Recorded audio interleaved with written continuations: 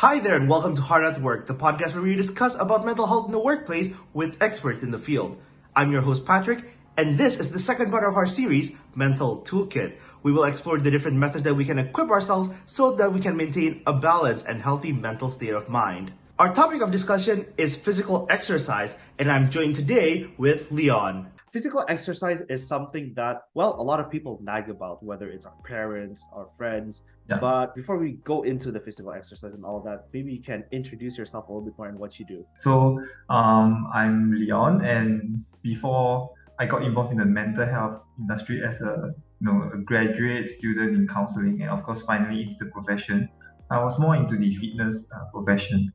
But of course, being a fitness enthusiast, I try to be holistic and try to also explore and understand how fitness impacts our body beyond the physical and outward as well. Now, if you Google search, you can see that mental health and physical health comes hand in hand. Even the definition of wellness is that you must have these two aspects of health at the very least. How did you initially went into fitness? What made you choose fitness out of anything else? Yeah, actually, a bit about myself. I'm not saying this is the best start, and it's just my personal hobby. I love basketball, but I realized that I do put in the time, and I'm supposed to be at the peak, right? Because as an adolescent, I have continued basketball, meaning physical exercise and running. That is one of the most foundational and intense in volume.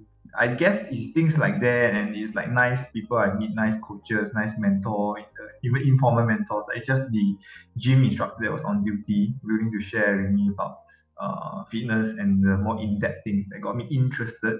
Then what have me taking the action to pursue was like the privilege of having been in the NS. I wasn't selected to be transferred into the vocation of a physical training instructor, but I told them about my interest in fitness, and my ability wasn't so bad. Yes, it's gold. And since I guess they see that I'm sincere, they gave me a chance to opt in into the training, and I pass out as a physical training instructor. Well, I personally don't have experience when it comes too much with coaching, but obviously you have way more experience with that. So how do you actually integrate having all that experience in, those physical exercise of physical coaching into helping people with, well, mental illness or having problems with their mental health? Actually, I was also lucky enough to have the opportunity to be invited by this business that used to exist in Singapore called Active Ages,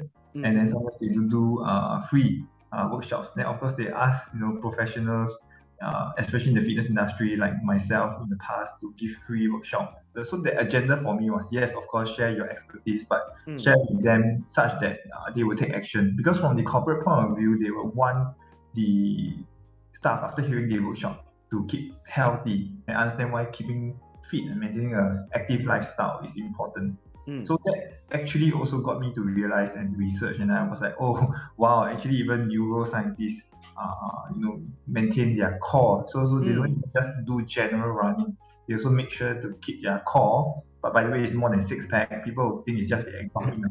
You try to keep both their abdominal, yes, the abs strong, but as well as the trunk of the body, the lower back. Then even for someone that is a practitioner, someone that need to sell fitness for, I was like, wow, there's more selling point that I didn't know. Yeah. So actually that was where even, and maybe that was what got me started to think that yes, I should really take more formal steps in pursuing formal accreditation in mental health as well. And that actually it is a transition rather than a change. Actually, the beauty thing about just being uh, like convinced that physical and mental wellness and even basic physical stuff like posture, breathing is so important. We can learn even if we have the mindset to just take a pause and observe things, even like babies. So while I was like doing a workshop for some teachers in the childcare setting, they actually got and directed me and shared some resources with me, like YouTube TED Talk videos, right? Then they shared some things with me, right? Although they are not in the fitness line, but I think some of them are occupational therapy, so I say huge, right? So they actually got me to realize that wow, we can even learn from babies, like because just now you were saying posture is important, right? Then and what's deeper than posture? Even the way we breathe. like Way we remember breathe. right? So if you observe babies, right, Mm. babies actually breathe proper because they do not think about looking good. Posture, usually when we think about deep breathing, we think about being looking so upright that our Right. chest path. It Mm. is a nice posture and there's nothing wrong with that. But more important is that it must be natural. That means it's not like a Mm. force or a short moment, but it's a lifestyle. It's a real posture. So Mm. actually, looking at babies, right, you might realize that actually, babies breathe, their bellies rise and fall. So Mm. because they have not been, for lack of a better word, diluted by the need to look good, Yeah. just that means to have a great posture for aesthetic purpose. So Right. usually, actually, just by being natural, right? Actually, and that's why we all need to train breathing. The first primary physical fitness is actually like, which is something I'm not good at, is box breathing. Yeah, so box breathing is the art, even like Apple Watch. Yeah, the whole idea of we need to breathe in and be able to slowly breathe in. Yeah, such that Okay. there's different levels. So the higher level you can mindfully, purposefully breathe slowly at will. Rather than, all right, can you take 10 seconds to breathe? Then as I count 10, 9, 8, Mm. then you are already stuck in breathing in more. And that means Oh. even that is more important than tuning the muscle yet. I also realized that I pursued this later. Can you see the point now? Like Yeah. example, Maslow hierarchy, that theory whereby Yeah. we Yeah. all need to be, having safety and feel, we are well fed and everything. So what about being fed? To be honest, I wanted to start with about convincing again why it's important. But I think this I'm telling, showing way now, right? So I hope listeners you understand.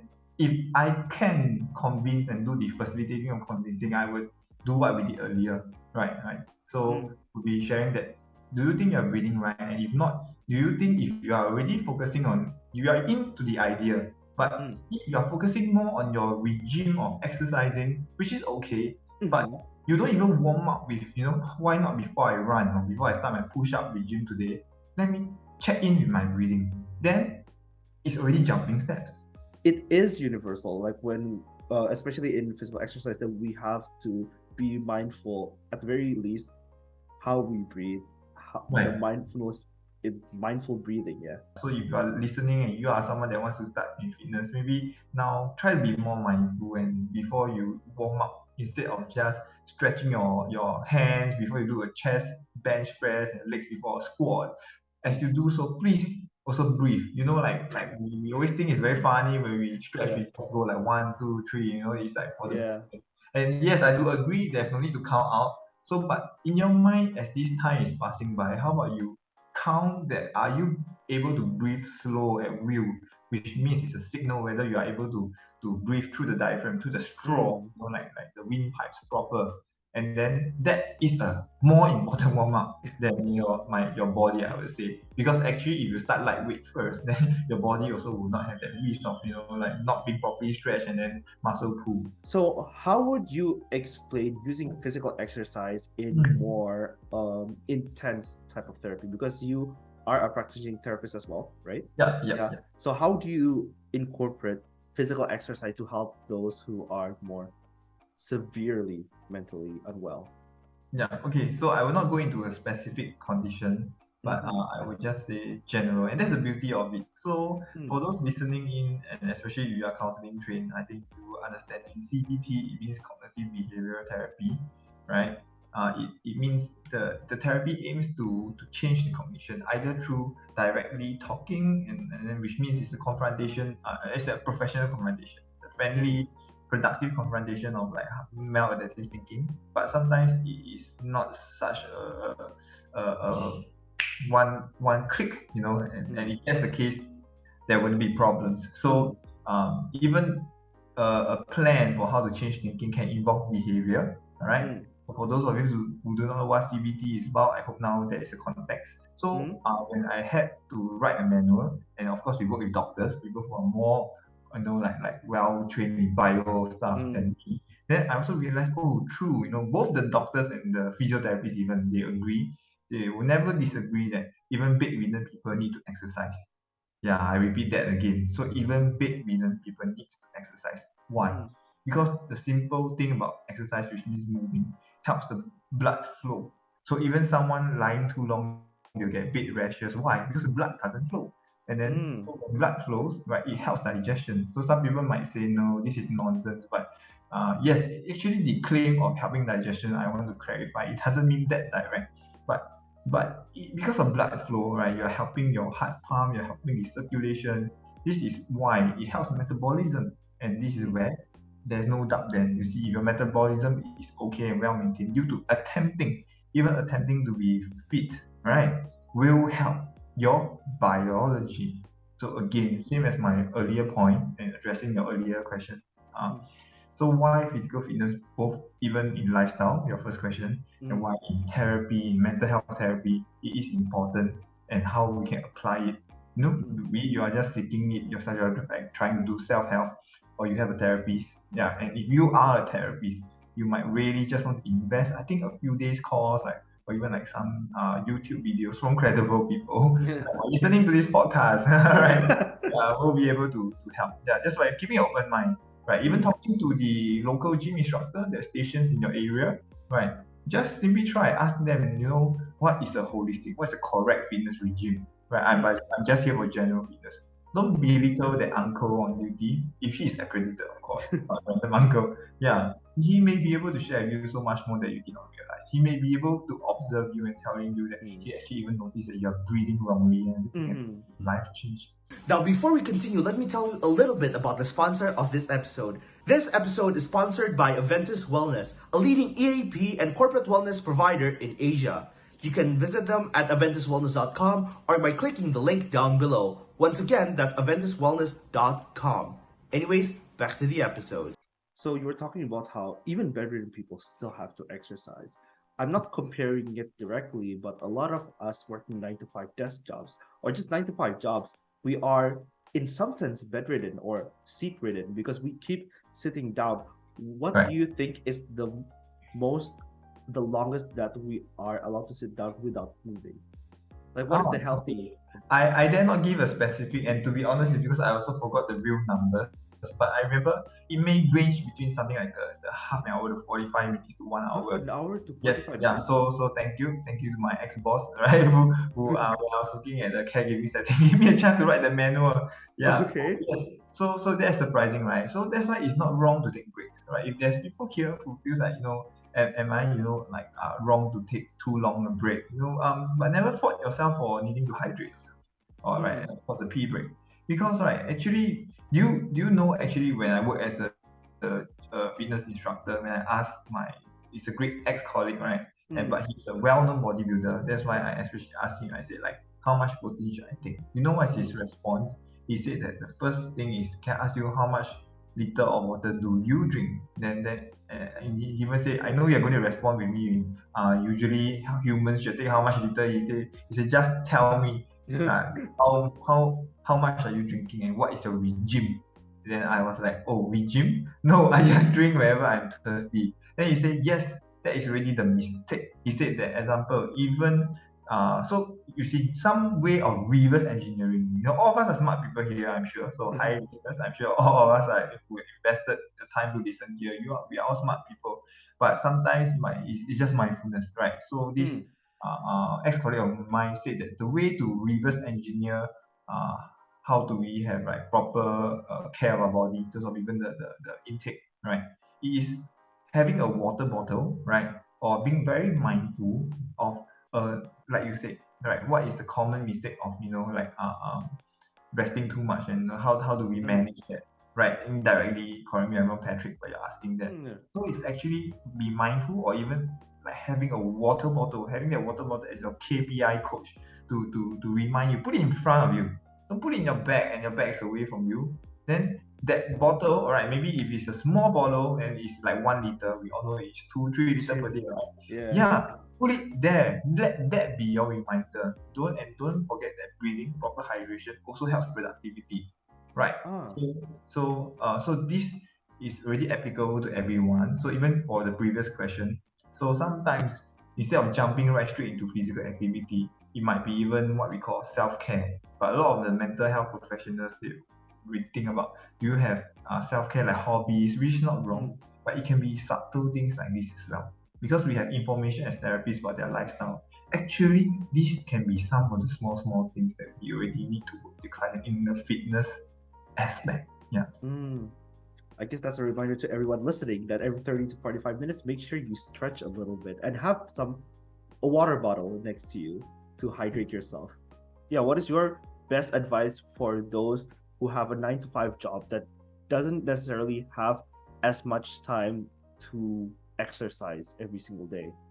Okay, then the advice is to try to inject regimes. Okay, health promotion board says climbing stairs, but all right. And actually, my personal opinion is that staircase climbing is not easy. Okay, but of course, it's not very impactful, right? Mm. So it's like it can be high cost because sometimes due to that, maybe you re-trigger another injury. So to Yeah. me, a low cost, right?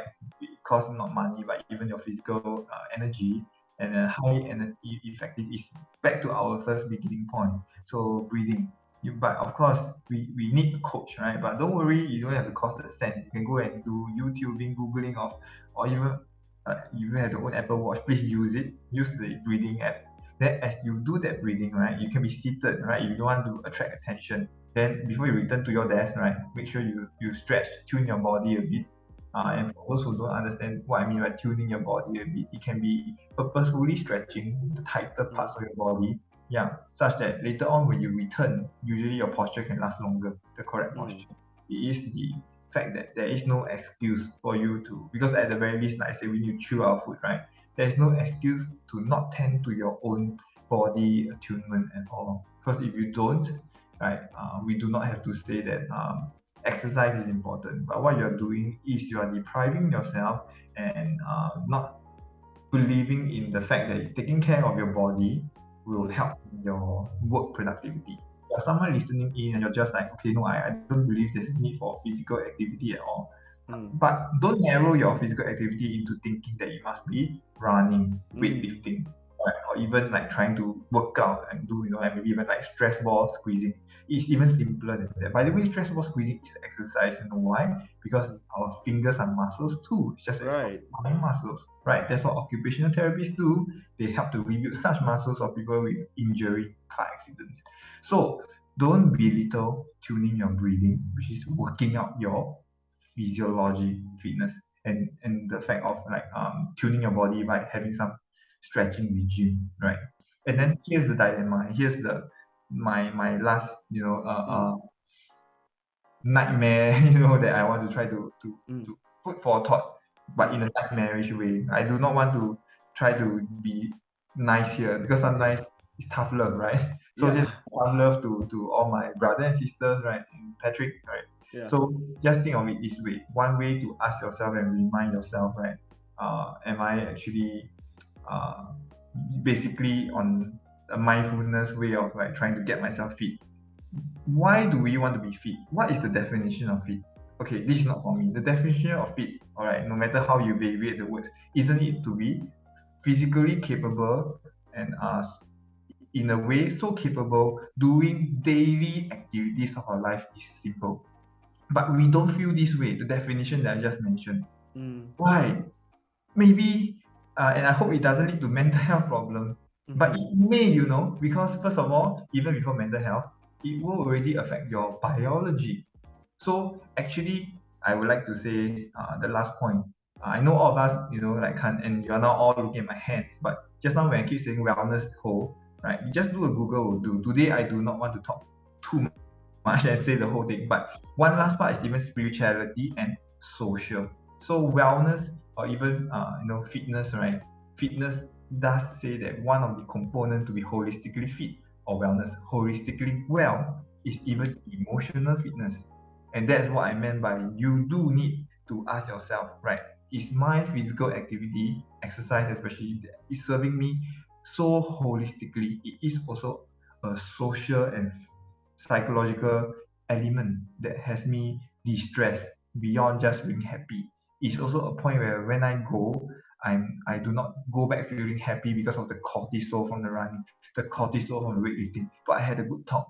right, with someone, right, or this exercise has helped me to this exercise session has helped me to retune with my posture and breathing, then that will aid. I will not go to work too tired because of it becomes vicious cycle if you are just like working out for the sake of looking fit and not being the definition of fit I mentioned earlier. You by right, if you are doing this correctly, right, you will also you will necessarily not necessarily of course recover if you have like mental health issue, but definitely if you are someone that is exercising and being seen as aesthetically fit, sometimes because you're doing wrong and your physiologically is just crashing, yeah, you may be setting yourself up for life failure because it will affect even your energy level, productivity, on your next day. If your job is desk bound, surprisingly, right? If you are not a desk bound job, maybe whatever your physical activity do can counteract it. But if you are desk bound, there is no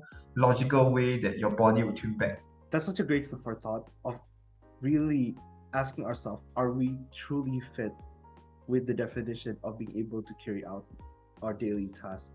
Right. Yeah. So thank you so much, Leon, for coming on today. No It's problem. been such an informative session. So thank you so much. Thank you. Same here. Thank you everyone for listening. And remember, stay well, Stay healthy, both in mind and in body.